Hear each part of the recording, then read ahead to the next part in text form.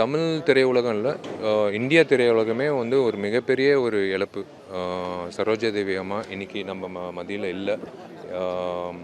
அவங்க வந்து காலையில் 8:30 மணிக்கு சாதாரணமாக அவங்க ருட்டீன் காலையில் சீக்கிரமாக எந்திரிக்கிற பழக்கம் உண்டு.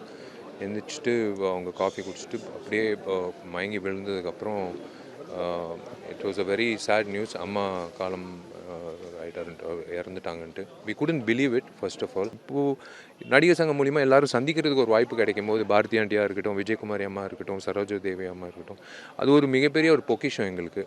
இன்னும் ஒரு 2.5 மாதத்தில் அம்மாவை வந்து அந்த புதிய கட்டடத்தில் அம்மாவை கொண்டு வந்து காட்டி அம்மாவோட மெமரிஸ் எல்லாம் இப்போ இருக்கிற நடிகைகள் நடிகர்களுக்கு ஷேர் பண்ணிக்கணும் அப்படின்றது நாங்கள் ஒரு கனவாக காணணும். பட் இருந்தாலும் ஷீஸ் இர்ரீப்ளேசபிள். அவங்களுக்கு வந்து யாருமே கிடையாது. அவங்களோட சிரிப்பாகட்டும், அவங்க கண்களாகட்டும், கண்களாக பேசக்கூடிய ஒரு நடிகைன் அப்படின்னு சொல்லலாம். அவங்களோட படங்கள் எல்லோருக்கும் தெரியும். அப்படியெல்லாம் வந்து எம்ஜிஆர் ஐயாவோட 26 படங்களுக்கு மேலே, சிவாஜி ஐயாவோட 22 படங்கள் மேலே, அப்படியெல்லாம் வந்து ஒரு சரித்திரம் வந்து இனிமேல் யார் பண்ண போகிறாங்கன்னு தெரியாது. அந்த வகையில் இப்போ I am still not able to come to terms அம்மா இல்லைன்றது. ஏன்னா அம்மா பார்க்கும்போது அம்மா தூங்கிட்டு இருக்காங்கன்ற மாதிரி தான் தெரியுது. But may God give lot of strength to every one in the family.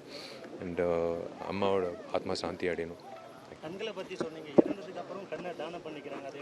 அது மிகப்பெரிய, அதான் நான் சொன்னேனே, ஒரு நல்ல மனசுள்ள ஒரு நடிகை. அது ஒரு அது ஆச்சரியப்பட வேண்டிய விஷயம் இல்லைங்க.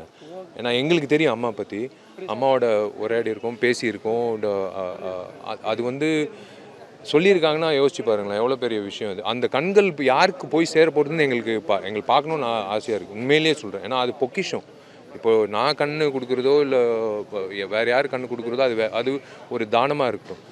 அம்மாவோட கண்கள் போகிறது வந்து ஒரு பொக்கிஷம். யார் இப்போ பெற்றுக்கொள்ள போகிறாங்களோ அது மிகப்பெரிய ஒரு பாக்கியசாலியாக தான் இருக்க போகிறாங்க.